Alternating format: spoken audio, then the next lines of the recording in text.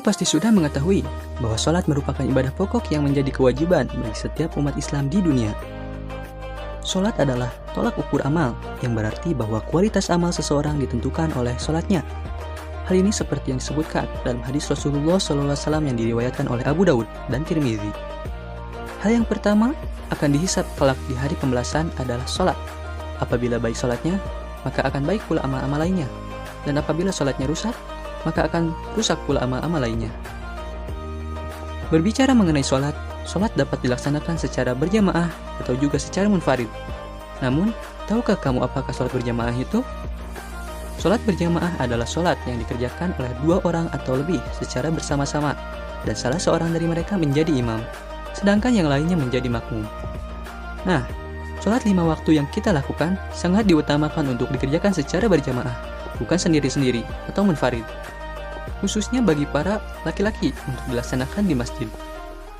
Kalian perlu tahu bahwa hukum sholat wajib berjamaah adalah sunnah muakkadah, yaitu sunnah yang sangat dianjurkan. Bahkan, sebagian ulama mengatakan hukum sholat berjamaah adalah fardu kifayah. Sholat secara berjamaah merupakan kebiasaan yang tidak pernah ditinggalkan Rasulullah SAW. Praktek-praktek seperti ini perlu kita teladani dan kedepankan. Dalam upaya melahirkan generasi yang taat dan patuh kepada Allah dan Rasul-Nya, zaman modern sekarang banyak kita jumpai bangunan masjid yang megah, indah, dan sangat elok. Tidak hanya di perkotaan, namun di desa saat ini, umat Islam seolah-olah berlomba-lomba untuk membangun atau merenovasi masjid, mengingat pahala yang besar bagi orang yang membangun masjid. Namun kondisi yang cukup memprihatinkan adalah sedikitnya umat muslim yang melaksanakan sholat secara berjamaah di dalamnya. Pemandangan rutin di sekitar kita adalah masjid akan ramai dengan jamaah pada saat-saat tertentu saja, antara lain saat sholat Jumat, sholat hari raya, sholat maghrib, dan isya. Berbagai alasan yang akan kita munculkan atas kondisi tersebut.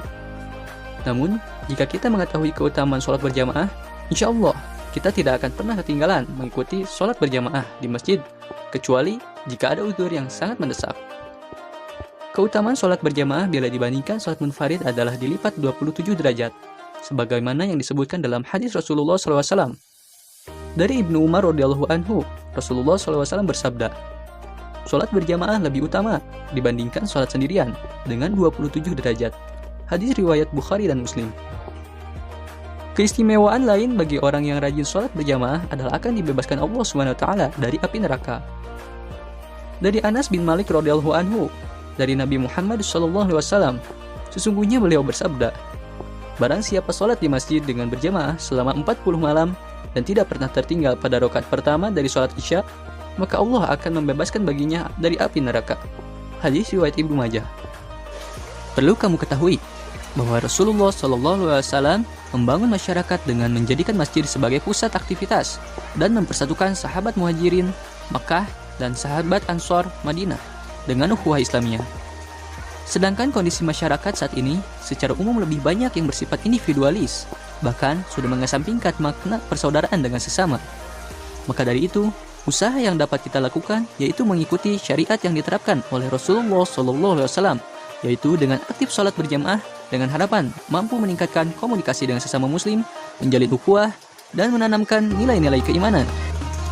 Rasulullah SAW sangat menganjurkan umat Islam untuk melaksanakan sholat berjamaah bagi yang tidak ada uzur, akan lebih utama lagi jika dilakukan di dalam masjid. Bahkan beliau sempat ingin membakar rumah orang-orang yang tidak mengikuti sholat jamaah di masjid sebagaimana yang dijelaskan dalam sabda beliau. Demi zat yang menggenggam jiwaku, aku sempat ingin menyuruh orang-orang mengumpulkan kayu bakar untuk dinyalakan, kemudian menyuruh sholat dengan menyuruh seseorang mengumandangkan azan, kemudian menyuruh seseorang untuk menjadi imam sholat, kemudian mendatangi orang-orang yang tidak menghadiri sholat berjamaah dan membakar rumah mereka.